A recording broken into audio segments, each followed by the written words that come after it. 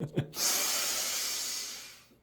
this video, we are going to compare the sound quality between the Samsung S95C and the Samsung S90C. And I have to give you a full disclaimer. This Samsung S95C sound has to be broken. It cannot be this bad. Let me show you. Right now, I have the volume maxed out, but I will also lower the volume because, at 100%, you might think, well, that's too much to ask for the sound to be good. I understand. I will show you that even at 20%, it's broken. Okay? Let's listen to this.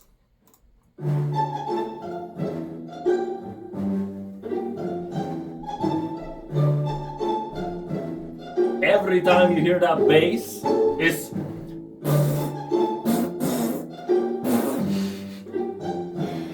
this is so bad, man. Just listen to that crap. Absolutely horrendous. Now let's go. Let's go.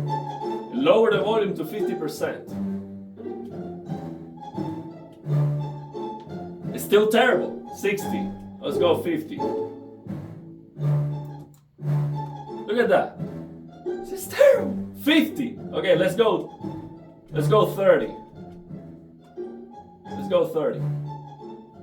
You hear that? That's unusable. Like, this TV goes upstairs for the family. They cannot use the TV like that. Okay? And you might think, well, why would you use the audio from the TV if you care about quality? Well, the thing is, I have a sound bar. It's not great. It's right here.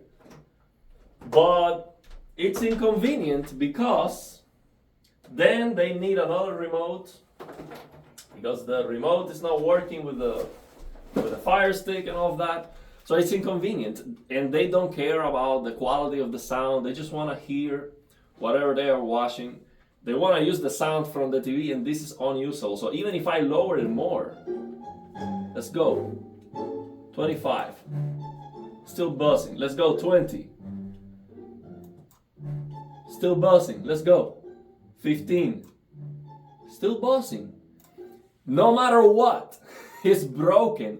And I've tried to go to the EQ and lower everything to zero. Like, there's no way to fix the sound. I have tried to turn on and off the surround, Dolby on the PC, like anything I try, Dolby on and on, off, it doesn't matter. Now let's take a look at the Samsung S90C. Again, this is the flagship, okay? It has to be broken. No way. Every single S95C out there sounds like this. And I've never, I cannot say that I've never seen anyone complaining about the sound of the S95C because I've seen some people saying you have to lower the bass, this and that. And also there was a firmware update to fix this, which I'm going to try actually. Because I no longer care too much about updating this TV because I'm going to replace it. This Monday, they're going to replace the TV. Because I'm still within the period. I have 60 days. So it has been only 1 month. I'm going to replace it because it cannot be this bad. Okay? Now let's take a look at the Samsung S90C. I'm gonna change the sound here. As you can see from the S95C, I'm gonna change it to the S90C. This is the S90C at 100%. Look at that.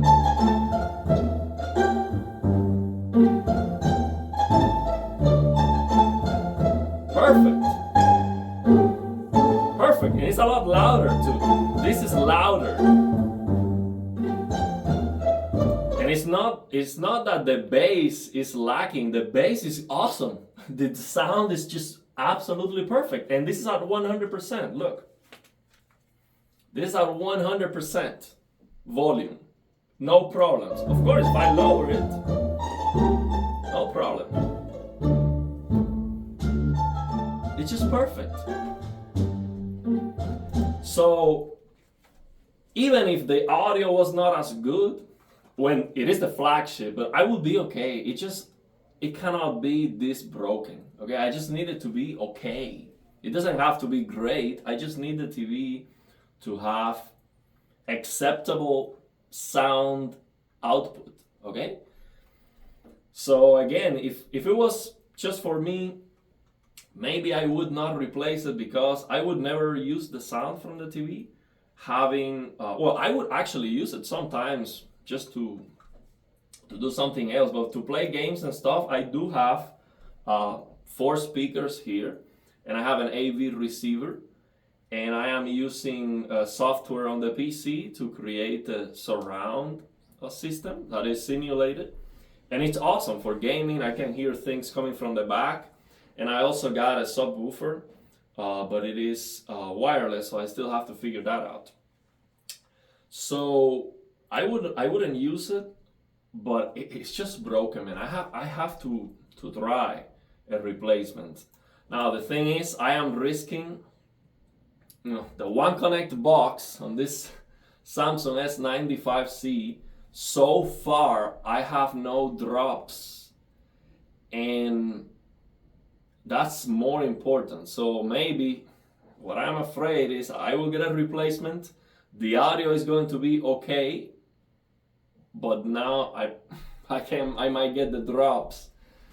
So yeah, that is definitely concerning. And I don't want a refund. I got this TV for $760. So there's no way I'm going to refund the TV. I want it. I want to have it. So yeah, that's where we are with that. So let me tell you my experience calling the customer support. So I purchased these 2 TVs from Best Buy, and I got the membership plus. So I have 60 days to return the TVs. So I called them and, explained them the situation. They said, no problem, we can go and replace it, or you can get a refund. And I'm like, okay, that's what I was expecting, but how about an exchange? Because I was thinking, I got this very cheap, but right now on their website, the S95C 55 inches is $1499.99, so that's $1,500. And I am looking at the S90D 65 inches. It is right now $1399.99, so $1,400. It's $100 cheaper for the bigger screen size. So I'm thinking, maybe I can try to leverage. I'm okay with getting a TV that's $100 less in value, and it's not the flagship, and it's not as bright, just to fix the issues, because I'm afraid you're gonna send another one and it's gonna be the same problem with the audio, or maybe One Connect box related issues like blackout screens and drops. So I was hoping that would be an option. They say, no, the way we can do this, if you want a different TV, is you return what you have, and then you just buy a new TV. Of course, I'm not going to do that, because if I return this S95C, they are going to give me $760 plus tax, whatever I pay, like 800 something. So yeah, I'm not going to do that. Of course not. And then they say that Samsung, after the warranty from the store expires, so 60 days after I purchased the TV, actually not purchased the TV, 60 days after they delivered the TV to my home, then I can call Samsung. And I actually did. I called Samsung too, and I asked them the same thing. Hey, I would like to replace it for a different one. And they said, no, we don't do that. If you have an issue with the TV, we schedule an appointment. So a technician will go to your home to try to fix the problem, to try to repair the TV. And I'm like, I bought a brand new TV. I don't want to repair anything, okay? If it's not working right, I'm just gonna, return it or just get my money back or just replace it for a new one. I don't want to fix anything. But they said, well, we cannot replace or do anything else until a technician goes to your home, tries to fix the issue. They determine that the issue is unfixable and you qualify for that return. So they open a ticket so you can get the return. So that qualified part, that's where the technician comes to your home and goes to the service menu and it figures out all the things that you've done. So that's where you're voiding your warranty. Now we learned that we can access the service menu and reset. I did it on the S95C, and what happened was all the history gets erased. Now the changes on the service menu to get more brightness, that stays, and the factory white balance calibration also stays, which is very good, very, very good. I took pictures of that just in case. So what you would need to do is you would need to revert all the brightness settings back to normal. Then you would do the reset. Everything is going to be wiped out, but they will know that you reset the TV. What they are not going to know is why you reset the TV and what you did before. They are not going to know that, but they will know that you reset the TV, and they will also know how many times you have reset the TV. Okay? There's a setting on the service menu that is a log. It's like a weird long number that they can read, and they know that. So the thing is, you would have to maybe call Samsung, say, hey, I'm having issues. I want to reset all my apps and stuff. So, so they have a history that you call to reset, and then they help you to reset. Even if it was a soft reset, then you do the hard one on the service menu. And maybe that's a way to justify that you reset the TV. I don't care too much about that. But yeah, that's what they also recommend on the forums. You give them a call and try to justify that reset thing. But yeah, do all this stuff that I share with you on the service menu at your own risk. I'm gonna do it anyway. There's no way I can, if I know I can get more brightness, I'm not going to, I cannot contain myself. Okay, that's actually one of the most compelling reasons to buy this Samsung QD OLEDs. So you can get a lot more performance than what you paid for, and a lot more performance than what they are even selling today, which is absolutely incredible. So that's my experience. That's what I know so far. Also, I forgot to mention, when you reset on the service menu, the purchase date gets also reset, which is kind of a big deal, because when they check that, they're like, okay, why it says here purchase date? That's when they're gonna check and they're gonna see that you reset the TV. Now, this S90C doesn't have a purchase date on the service menu. It is empty, which is great because I can reset or do whatever, and they know if they go there to see if you reset the TV. Otherwise, they're not going to know at all. Also, the other thing is, when you reset, it resets the hours of the TV. So after resetting the TV, try to use it a little bit, so when they check, they don't see like you have 3 hours. It's like, come on. But yeah, anyway, they have a way to know if you reset the TV, and they can imagine whatever they want. They cannot accuse you of doing anything, and you can say, hey, I just called customer service, they show me how to reset, and so I did. Or maybe I called them, they were not able to show me over the phone, so I searched online and I did it. Boom. That's your justification, maybe. So that's where I am right now. I was very happy with the S95C with this panel, because I was able to get the 2000 nits mod, and I didn't have any issues with dead pixels or a pixel getting stuck in red or something like that. Like someone commented, like a TV calibrator commented that he did the mod and then one pixel was stuck in red, which is terrible.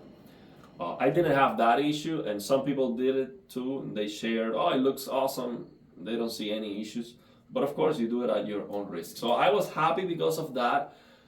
This S95C, when it comes to picture quality, is so good that it makes me feel that I don't need a better TV. It is so bright, so colorful, absolutely insane. Now, the screen uniformity of this S95C specifically, that's a panel lottery, is very bad, actually. Very bad for a QD OLED, especially now that I compare that with this S90C, 65 inches, first generation QD OLED. This is so much better. It's not even close. This Samsung S90C looks absolutely incredible, no matter what. I do not need anything special on the screen. Anything and everything on this Samsung S90C looks awesome. Even if I open a game that has black level rays, it looks awesome because it is so uniform. It is the closest thing I can imagine to perfection. It is perfect, man. It is so good that I'm calling it perfect because it's that good. So I don't believe that, first generation QD OLEDs are just better when it comes to screen uniformity. Of course not, because I don't have a big enough sample size. I reach out to TKK because he has a lot of these QD OLED TVs to see if we can do a collaboration, and he can maybe test the screen uniformity of all the QD OLEDs that he has. So that's a lot of work. To see if we can maybe arrive to a better conclusion, because if he sees the same thing, the first generation QD OLED is just absolutely perfect, and then I'm having some issues with this second generation QD OLEDs, and he even has the S95D with a third generation. So then we can say, okay, now we know first generation was awesome, and then they start to mess it up. But I don't believe that's the case, and I think I just got unlucky with this one because it has a very clear vertical band here near black up to like 40%, or let's say 30 for sure, 30% of the grayscale. I can see that. So full screen gray up to 30% for sure, 100%. It is so noticeable that it is going to be visible in real content. Okay, it just depends on the content, of course. So that's bad. And it also has another one over here where it is darker. So I did a video about that. So yeah, audio is broken. The screen uniformity is very bad for QD OLED standards, I believe. So that's why I'm going to try my luck and replace it. And hopefully I don't get the blackouts with the One Connect box, because that would be even worse than these problems. But yeah, I have to risk it. I don't think I have a better choice. So yeah, let me know your thoughts and opinions. What's your experience with this Samsung QD OLEDs? The quality control is awful, man. It's just a flagship TV with all these issues. It's just absolutely insane. Let me know what's your experience with it. If you have a Samsung S95C, how bad is the audio? I don't believe, I'm going to update the firmware actually, because I no longer care too much about it. I'm going to replace it. I'm going to update the firmware and to see if there is any difference on the motion interpolation quality. I see a lot of people complaining that it was downgraded, or now it has issues skipping frames or stuttering or something like that. I'm going to update the firmware to see if it fixes the audio issues, because they on their site, I think on question on their site I was reading. They said that a firmware update was designed to fix that audio issue. But the thing is, how can they, like, I cannot believe that they can fix such a big issue on my TV with software. Because it is physically, the back of the TV is vibrating. It's a plastic thing, it's just vibrating. That's the other thing, the back of the S95C looks less premium than this, because this one is metallic. I like it a lot more. The only thing I don't like about this one is the stand is plastic for the S90C, and this one I like a lot more the stand because it's all metal for the S95C, but the plastic back looks cheap, very cheap, and it sounds very cheap for sure. So yeah, let me know your thoughts and opinions, and if you have any questions.